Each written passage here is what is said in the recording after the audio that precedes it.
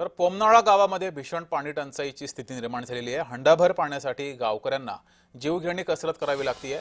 पाणी टंचाईमुळे गावकऱ्यांना आमदार खासदार यांच्या विरोधात गावकऱ्यांनी संताप व्यक्त केलाय। जीवघेणी कसरत इथल्या महिलांना हंडाभर पाण्यासाठी करावी लागते।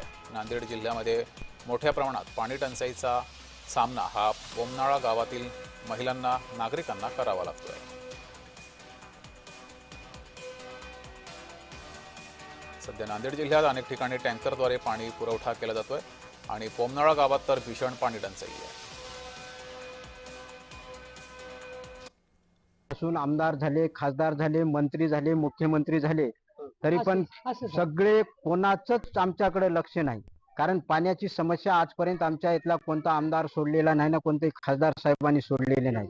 कारण मतदानाच्या वेळेस येतात, मतदान मागतात, हाजी हाजी करून मतदान आमच्याकडून घेऊन जातात, निवडून जातात। निवडल्याच्या नंतर आमच्या समस्या जाणून घेण्यासाठी कोणी तयार नाही। फक्त की आम्हाला पाणी टंचाई बरोबर करून द्यावं एवढंच आहे, दुसरं काय नाही।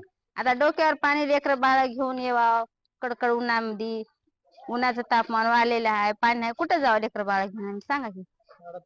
आडाच पाणी आहे, घाण पाणी भरायला पिण्याच्या पवऱ्या सुद्धा पाणी नाही बरोबर बघाले। 20 वर्षापासून पाणीच नाही, असंच आहे। कवा उन्हाळा आले की जशी आमची नळाला पाणी येईना आणि आम्ही नुसते गरीब रोजगार माणसं, आम्हाला काय बैल नाहीत काही नाही। लोक असणारे गाडी बैलांना आणतात दूर बाहेर गाव, आम्हाला आता असंच खरडून भरावं लागते घाण पाणी। तर नांदेड जिल्ह्यातील पोमनाळा गावामध्ये मोठ्या प्रमाणात पाणी टंचाई निर्माण झालेली आहे, त्यामुळे इथल्या महिलांनी संताप व्यक्त केलेला आहे। नांदेड जिल्ह्यातील अनेक गावात सध्या भीषण पाणी टंचाई आहे, मात्र प्रशासनाचं याकडे दुर्लक्ष आहे असाही संताप या महिलांनी व्यक्त केलेला आहे। हंडाभर पाण्यासाठी इथल्या महिलांना कसरत करावी लागते। विहिरीमध्ये जे पाणी आहे ते सुद्धा गढूळ आहे, पिण्यायोग्य नाहीये, त्यामुळे जगावं कसा असा प्रश्न इथल्या महिलांनी उपस्थित केलाय।